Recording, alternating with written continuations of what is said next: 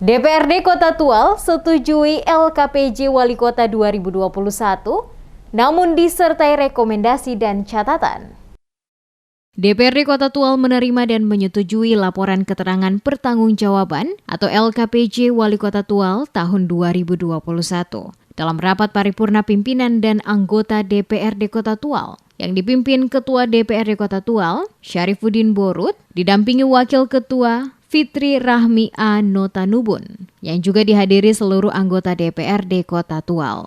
Ketua DPRD Kota Tual, Syarifuddin Borut, usai memimpin rapat paripurna pada Selasa 24 Mei 2022, kepada reporter Demes Media Group Ocele Subun menjelaskan, DPRD Kota Tual dalam paripurna tersebut, walaupun menyetujui, namun disertai juga dengan sejumlah catatan sebagai rekomendasi untuk jajaran OPD terkait. Dikatakan Borut, DPRD Kota Tual mengeluarkan kurang lebih 8 rekomendasi kepada sejumlah dinas terkait. Berdasarkan hasil temuan Komisi DPRD Kota Tual ketika turun di lapangan dan melakukan pemeriksaan berbagai program, termasuk juga kinerja ASN yang ada pada 5 kecamatan di Kota Tual sepanjang tahun 2021.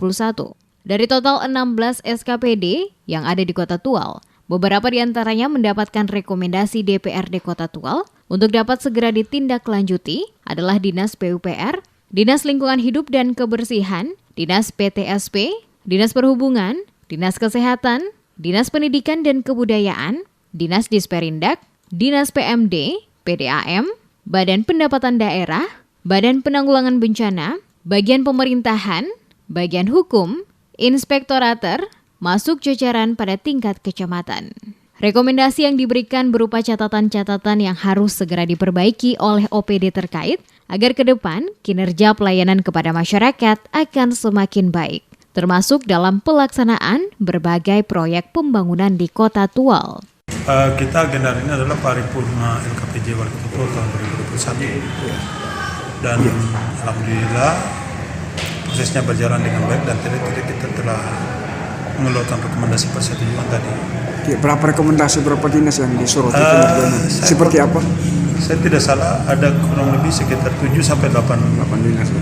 SKPD yang disebutkan itu pun di beberapa SKPD sesuai dengan tugas dan fungsi komisi-komisi.